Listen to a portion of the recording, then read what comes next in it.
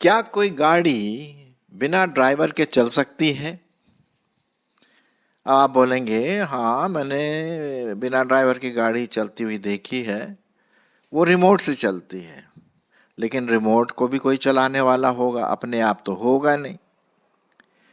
और ज़रूर कोई ना कोई इस गाड़ी को, इस शहर को चलाता है। अब समझ लीजिए कि आपका शहर अपने आप तो चलता नहीं है, उसका कोई प्रधान होता है, सीएम होता है किसी प्रदेश का, प्रधानमंत्री होता है। तो कहने का मतलब कोई न कोई एक व्यक्तित्व है जो हर चीज को चलाता है सुरक्षित रूप से। अब देखिए ना, हमारी पृथ्वी अपने आप चक्कर लगा रही है, हाँ? अपने आप।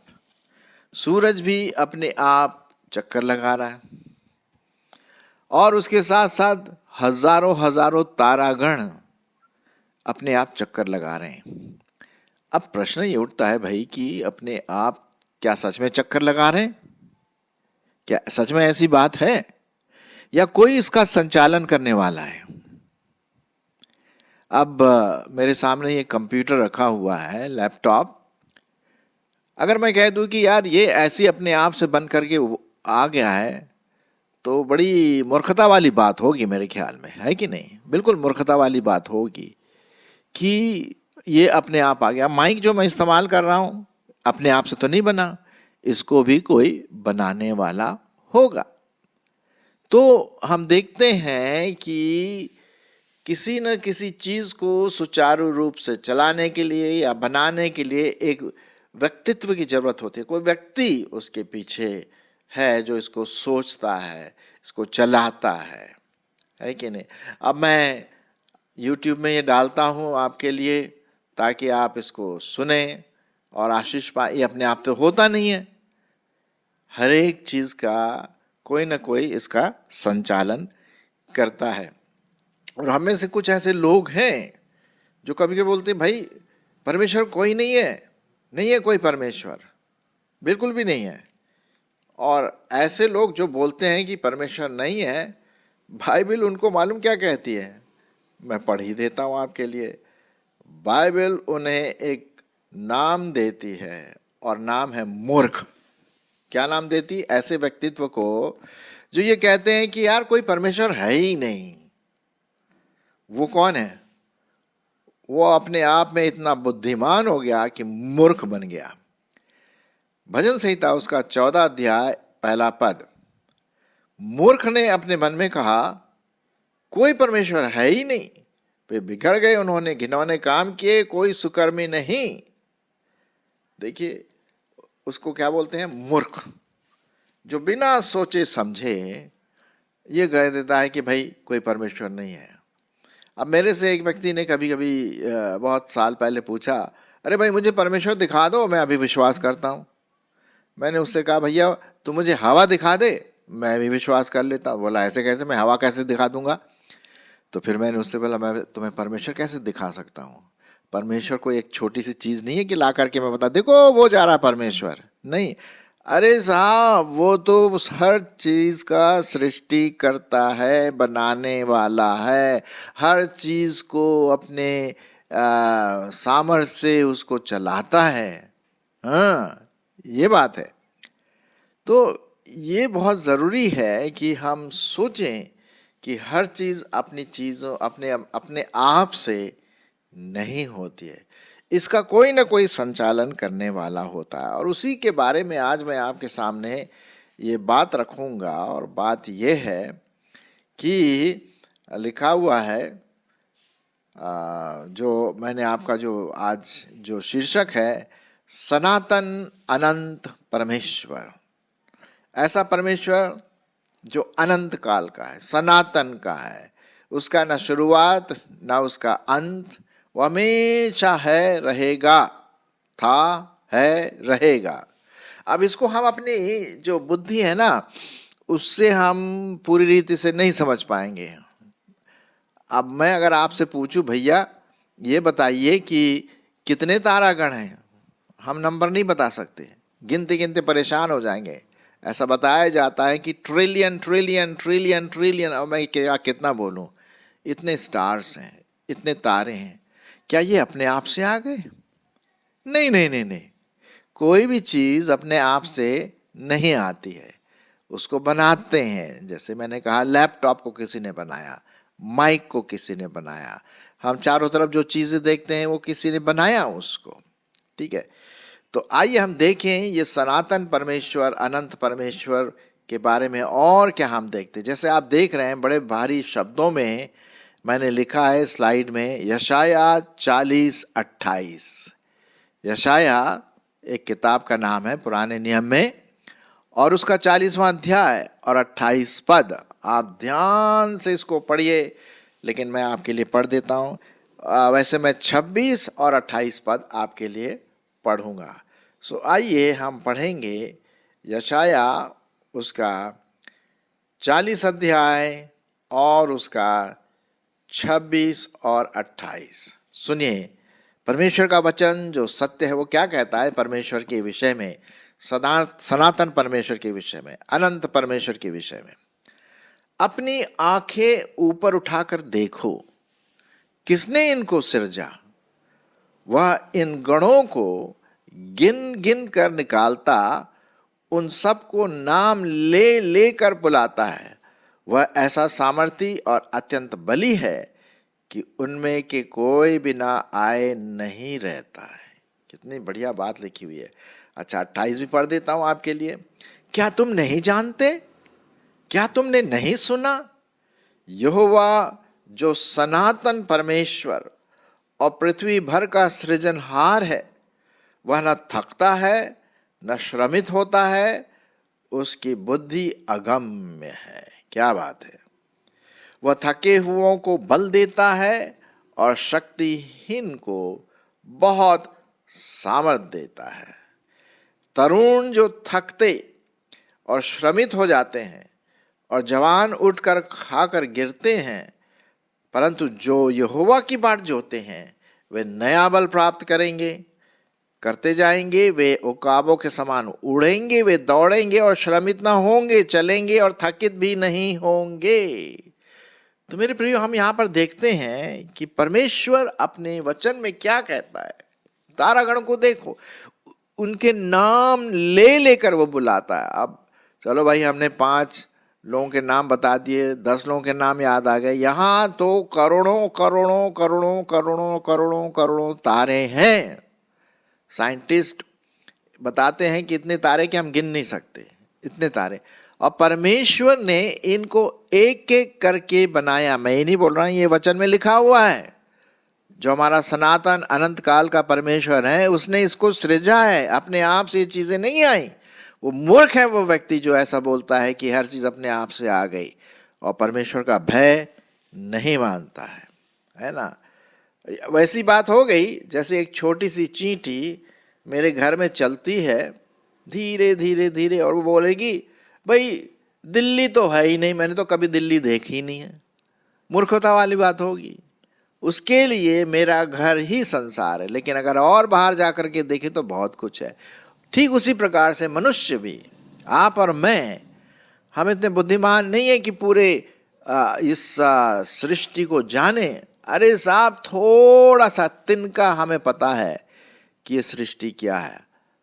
परमेश्वर ने पूरी सृष्टि को अपने वचन के द्वारा, अपने सामर्थ्य के द्वारा बनाया, और वही ये बात कहता है कि उसने इसकी सृष्टि की। क्या तुम नहीं जानते? क्या तुमने नहीं सुना? यहोवा जो सनातन परमेश्वर और पृथ्वी भर का सृजनहार है, वो न थकता है न श्रमित होता है, उसकी बुद्धि भी अगम है, हम नहीं समझ सकते। तो ये बहुत जरूरी है। हमारा परमेश्वर जो सनातन का परमेश्वर है, अनंत काल का परमेश्वर है, था, है और रहेगा, है ना। चलिए और पदों को परमेश्वर के वचन से हम देख लें। हम देखते हैं 45 अध्याय, इसी का यशाया का 45 अध्याय और उसका 22 पद जरा देख लें क्या लिखा हुआ है। 45 का 22, हे पृथ्वी के दूर दूर के देश के रहने वालों, तुम मेरी ओर फिरो और उद्धार पाओ, क्योंकि मैं ही परमेश्वर हूं और कोई दूसरा नहीं है। क्या बात है। ये परमेश्वर का वचन मैं आपके सामने पढ़ रहा हूं। लिखा है कि यदि आपको उद्धार पाना है, अपने पापों से मुक्ति पानी है, स्वर्ग के राज में प्रवेश करना है, तो मेरी ओर आओ भाई। इधर उधर मत भागो। कोई बोलता है इधर आओ, कोई बोलता है उधर आओ, हम ये देंगे वो देंगे। कोई नहीं, ये सब झूठी झूठी बातें हैं। एक सच्चे सनातन अनंत परमेश्वर की ओर लौटो, जिसने कहा मार्ग सत्य और जीवन मैं ही हूं, बिना मेरे द्वारा कोई परमेश्वर के पास नहीं आ सकता। तो इसीलिए ये लिखा हुआ, हे पृथ्वी के दूर दूर के देश के रहने वालों, तुम मेरी ओर फिरो, मेरी ओर आओ ना विश्वास से। मुझे देख नहीं पाओगे क्योंकि मैं आत्मा हूं। विश्वास से आओ और देखो मैं तुम्हारी सुधि लेता हूं, है ना। उद्धार पाओ, पाप से छुटकारा पाओ और अनंत जीवन के सहभागी हो, क्योंकि मैं ही परमेश्वर हूं और कोई दूसरा नहीं है। ठीक है ना। तो हम यहां पर देखते हैं परमेश्वर की प्रतिज्ञा आपके लिए और मेरे लिए। चलिए और आगे बढ़ते हैं परमेश्वर के वचन में, और पाया जाता है यशाया 57। यशाया यही किताब है, यशाया, और उसका 57 अध्याय और उसका 15 पद। ठीक है, यहाँ लिखा हुआ है। सुनिए क्या लिखा हुआ है। बहुत परमेश्वर की प्रॉमिस, उसकी प्रतिज्ञाएं बहुत अनंत काल की हैं, सत्य हैं, मेरे लिए हैं और आपके लिए हैं। सुनिए, क्योंकि जो महान और उत्तम और सदैव स्थिर रहता है, जिसका नाम पवित्र है, वो यूं कहता है, मैं ऊंचे पर और पवित्र स्थान में निवास करता हूं और उसके संग भी रहता हूं जो खेदित और नम्र हैं, कि नम्र लोगों के हृदय और खेदित लोगों के मन को हर्षित करूं। क्या बात है। देखिए, ये भी बहुत जबरदस्त परमेश्वर की बातें यहां पर लिखा। जो क्या लिखा है, देखो, जो महान परमेश्वर, जो महान है, सृष्टि करता है, सब सृष्टि को अपने महानता से, बल से बनाया, उत्तम भी है, सबसे उत्तम, सबसे बेस्ट, और सदैव स्थिर रहता, वो बदलता नहीं है, हमेशा स्थिर रहता है। मैं और आप बदल जाते हैं। अब आपने देखा होगा कभी कभी क्या होता है कि मेरे ढेर सारे दोस्त हैं और खूब दोस्ती होती है, लेकिन अगर थोड़ा सा मैंने अपने दोस्तों के सामने कुछ ऐसी बात कह दी कि मैं उनसे सहमत नहीं हूं, अरे साहब, फिर दूसरे दिन वो दोस्ती शायद फीकी पड़ जाएगी, फीकी पड़ती चली जाएगी। अरे अगर आपको दोस्ती बना के रखना है तो हर बात में उसके साथ सहमत होना है ना। जनरली दुनिया के यही तौर तरीके हैं। हालांकि कभी कभी ऐसा नहीं होता है, लेकिन जनरली ऐसे ही होता है कि आप दोस्ती बनाए रखना है तो हाँ में हाँ मिलाए रहना भैया। अगर कहीं नहीं बोल दिया तो दोस्ती में थोड़ा सा खटास आने की संभावना है कि नहीं। हो जाता है कभी कभी, है ना। यार मेरी बात को सुनता ही नहीं, सुनती नहीं है ना। लेकिन परमेश्वर जो है वो कभी नहीं बदलता, सदैव एक सा रहता है। जी हाँ, हमेशा एक, वो कभी नहीं बदलता, वो स्थिर रहता है। और उसका नाम क्या है? पवित्र। पवित्र परमेश्वर, बिना पाप का, उसमें कोई पाप नहीं है, कोई दाग धब्बा नहीं है, श्वेत, बिल्कुल सच्चा। मतलब आप क्या नाम दें उसको, जो सनातन अनंत परमेश्वर, पवित्र परमेश्वर है, ये वही है। हमारी जो हिंदी में जो भाषा है वो इतनी मजबूत नहीं है कि हम और अधिक उसका नाम दे पवित्रता परमेश्वर के बारे में। बस यही कह सकते हैं, पवित्र परमेश्वर, सच्चा परमेश्वर, है ना, जिसका नाम पवित्र। वो यूँ कहता है कि मैं ऊंचे पर स्थान पर, पवित्र स्थान में निवास करता हूँ और उसके संग भी रहता हूँ जो नम्र है। हाँ, परमेश्वर की प्रॉमिस यही है। क्या आप नम्र हैं, मन में दीन हैं, परमेश्वर को प्यार करते हैं, पापों से पश्चाताप किया है, तो परमेश्वर आपके साथ है। कोई आपके साथ हो ना हो, लेकिन परमेश्वर आपके साथ है। यही बात लिखी हुई यहां पर। क्योंकि जो महान और उत्तम और सदैव स्थिर रहता है, वो जिसका नाम पवित्र है, वो यूं कहता है, मैं ऊंचे और पवित्र स्थान में निवास करता हूं और उसके संग भी रहता हूं, जो खेदित है, पश्चाताप करता अपने गलत कामों से, और नम्र है कि नम्र लोगों के हृदय और खेदित लोगों के मन को हर्षित करूं, खुशी दूं, उनकी प्रार्थनाओं को सुनूं, उनके संग रहूं। कितनी बड़ी बात है। परमेश्वर सनातन अनंत काल का परमेश्वर हमारे साथ है, हम जैसे मनुष्य के साथ, लेकिन हमें विश्वास के साथ उसके पास आना है ना। तो ये बहुत जरूरी है। चलिए एक दो और पदों को हम देख लेते हैं। पहला तिमोथी 1:17, एक और भाग मैं आपके लिए पढ़ूंगा। हालांकि बहुत सारे भाग हैं ऐसे, लेकिन कुछ बड़े जो इम्पोर्टेंट हैं उसको हम देखेंगे। पहला तिमोथी उसका 1 अध्याय और 17 पद। अब सनातन राजा अर्थात अविनाशी, अनदेखे, अद्वैत परमेश्वर का आदर और महिमा युगानुयुग होती रहे, आमीन। क्या बात है। एक और परमेश्वर का जलजलाता हुआ और सत्य से भरा हुआ वचन, अब सनातन राजा, वही परमेश्वर अर्थात अविनाशी, जो कभी नाश नहीं होता। मैं और आप, ये दुनिया नाश हो जाएगी, लेकिन वो कभी नाश नहीं होता, क्योंकि वो हमेशा स्थिर रहता है। अर्थात अविनाशी, अनदेखे। हमने किसी परमेश्वर को नहीं देखा आज तक, हम बस विश्वास करते हैं, उसके वचन पर विश्वास करते हैं, प्रभु यीशु मसीह पर विश्वास करते हैं। लेकिन एक दिन हम उसे देखेंगे। अब कैसे देखेंगे भाई, ये तो बात की बात है, स्वर्ग में देखें, कैसे देखेंगे। लेकिन अभी तो हम उसको नहीं देखते, बस विश्वास से हम उसको देखते हैं। ठीक है।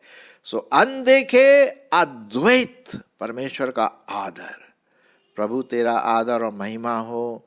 मैं तुझे धन्यवाद देता हूं कि तू महान महान परमेश्वर, हम जैसे छोटे मनुष्यों को तूने दिखाया वचन के द्वारा, और हम सच में धन्य है जो ऐसे युगानुयुग परमेश्वर की आराधना करते हैं, सेवा करते हैं, उसकी महिमा लाते हैं। आमीन।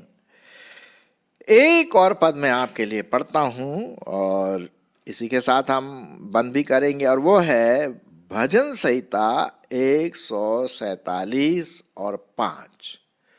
भजन संहिता उसका 147 अध्याय और उसका 5 पद। पढ़ ले, बहुत बहुत इंटरेस्टिंग लिखा हुआ है। हमारा प्रभु महान और अति सामर्थी है, उसकी बुद्धि अपरंपार है। यहोवा नम्र लोगों को संभालता है और दुष्टों को भूमि पर गिरा देता है। धन्यवाद करते हुए यहोवा का गीत गाओ, वीणा बजाते हुए हमारे परमेश्वर का भजन गाओ। वो आकाश को मेघों से छा देता, पृथ्वी के लिए मेघ की तैयारी करता है और पहाड़ों पर घास उगाता है। हाँ, कितनी बड़ी बात यहां पर हम देखते हैं, हमारे यहोवा परमेश्वर। और ये बहुत इंपॉर्टेंट बात परमेश्वर हमारे लिए बताता है। वो तारों को गिनता है, उनमें से एक एक का नाम रखता है। उसकी बुद्धि अपरंपार। जी हां, कौन उसकी बुद्धि का सामना कर सकेगा? भैया हम तो नहीं कर सकते, कोई भी नहीं कर सकता। वो तो महान, अद्वैत, सेल्फ एग्जिस्टिंग और सृष्टिकर्ता, सदा स्थिर रहने वाला, अनादिकाल, सनातन काल का परमेश्वर है। कितनी खुशी की बात है कि हम ऐसे परमेश्वर की आराधना करते हैं, ऐसे परमेश्वर को प्यार करते हैं। मेरी आशा है कि आप जो सुन रहे हैं ऐसे परमेश्वर को प्यार करते हैं। अगर आपको नहीं पता, आप प्रभु से प्रार्थना करें, प्रभु मेरे जीवन में आ, मैं तुझको प्यार करना मांगता हूँ, मेरे पापों को क्षमा कर, और आज से सिर्फ तुझे ही आराधना दूंगा, और मेरे पापों को अपने बेटे प्रभु यीशु मसीह के लहू से धो दे। बस आपको विश्वास के साथ ऐसी प्रार्थना करना है, और देखिए परमेश्वर आपके जीवन में एक परिवर्तन अद्वैत परिवर्तन, अद्वैत प्रेम देगा और आपका नाम जीवन की पुस्तक में लिखा जाएगा। और हो सकता है आपने प्रभु को पाया भी हो, जानते भी हो प्रभु को, तो इसको दूसरों को भी बताइए इस अद्वैत परमेश्वर के बारे में, जो सदा स्थिर रहता है, पवित्र है, अद्वैत है, सृष्टि करता है, आदर के योग्य है। तो आइए हम उस सनातन अनंत परमेश्वर की ओर ताकते हुए अपने जीवन का निर्वाह करें और फिर मौत के बाद अनंत जीवन में हम सब प्रवेश करेंगे। ये है साहब गुड न्यूज, ये है सच्चा परमेश्वर का दर्शन जो हम पढ़ते हैं यशाया उसका 40 अध्याय 28 पद। हम फिर से उसको पढ़ लेते हैं, यशाया उसका 40 अध्याय और उसका 28 पद, क्योंकि हमने इसी से शुरुआत की थी ना। क्या तुम नहीं जानते, क्या तुमने नहीं सुना, यहोवा जो सनातन परमेश्वर और पृथ्वी भर का सृजनहार है, वो न थकता है न श्रमित होता है, उसकी बुद्धि अगम है। आमीन।